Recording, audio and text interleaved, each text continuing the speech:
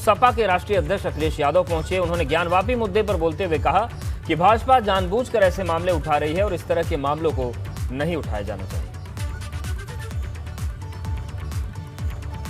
तो आजमगढ़ पहुंचे थे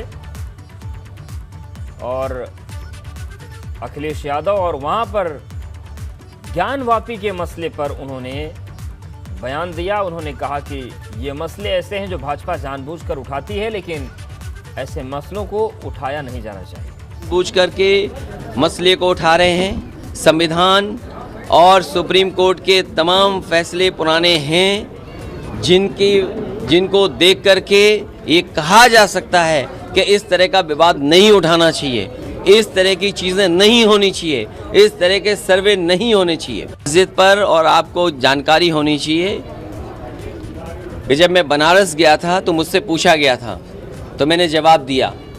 लेकिन भारतीय जनता पार्टी ऐसी पार्टी है जो अपना विपक्ष बना के रखती है। हम विपक्ष हैं वो सवाल नहीं है। भारतीय जनता पार्टी अपने सुविधा के लिए एक विपक्ष बना करके रखती है और ये समझना चाहिए भारत की राजनीति में भारतीय जनता पार्टी ने गुपचुप तरीके से हाथ मिला करके कई विपक्ष बना करके बैठे हुए हैं। ज्ञानवापी मस्जिद के सर्वे के मामले पर मुरादाबाद से समाजवादी पार्टी के सांसद डॉक्टर एस टी हसन ने सवाल उठाए।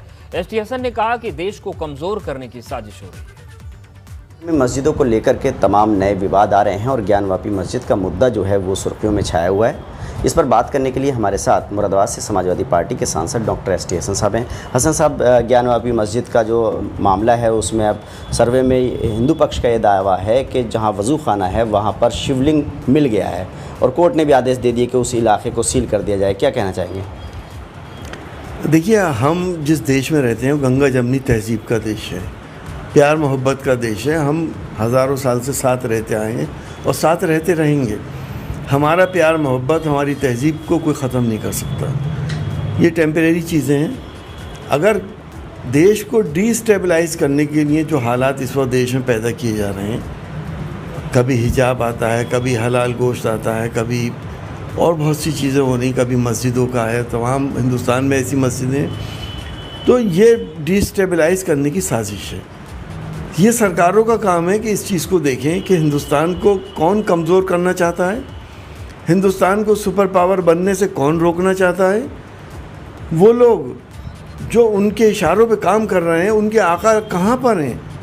क्या वो देश में हैं या विदेश में हैं? इसको देखें और हिंदुस्तान को इस साजिशों से बचाएं। मसला क्या हो गया? मसला ये हो गया कि बीजेपी खुद कम्युनल पॉलिटिक्स करती रही है। अब ये उनके गले की हड्डी बन गया, ना निगलने के ना उगलने के, ना इनका अपोज कर सकते, ना इसको एक्सेप्ट कर सकते। तो आखिर देश जाएगा कहाँ?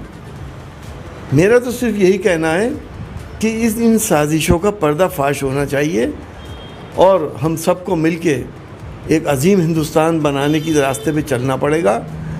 और वो तमाम ताकतें जो हिंदू मुसलमानों के बीच में विवाद पैदा कर रही हैं, उन सब ताकतों को सख्ती से कुचला जाए। आपको लगता है कि ये देश को अस्थिर करने वाली घटना है, लेकिन भाजपा के जो नेता हैं या उत्तर प्रदेश के उप मुख्यमंत्री हैं केशव प्रसाद मौर्य, वो कह रहे हैं कि सच जो है वो सामने आ गया है और सच कितना भी दबाओ लेकिन वो आ जाता है सामने।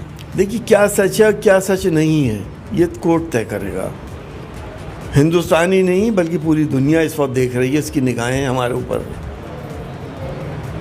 तमाम दुनिया में और ख़ास तौर से आलम इस्लाम में इस बात की बेचैनी है कि हिंदुस्तान में क्या हो रहा है। फव्वारों में अगर शिवलिंग किसी को नज़र आ रहा है, ये कोर्ट तय करेगा कि वो शिवलिंग है या फव्वारा है। मैं और आप तो नहीं करेंगे तय। Ubaidur Rahman, ABP news network, Moradabad.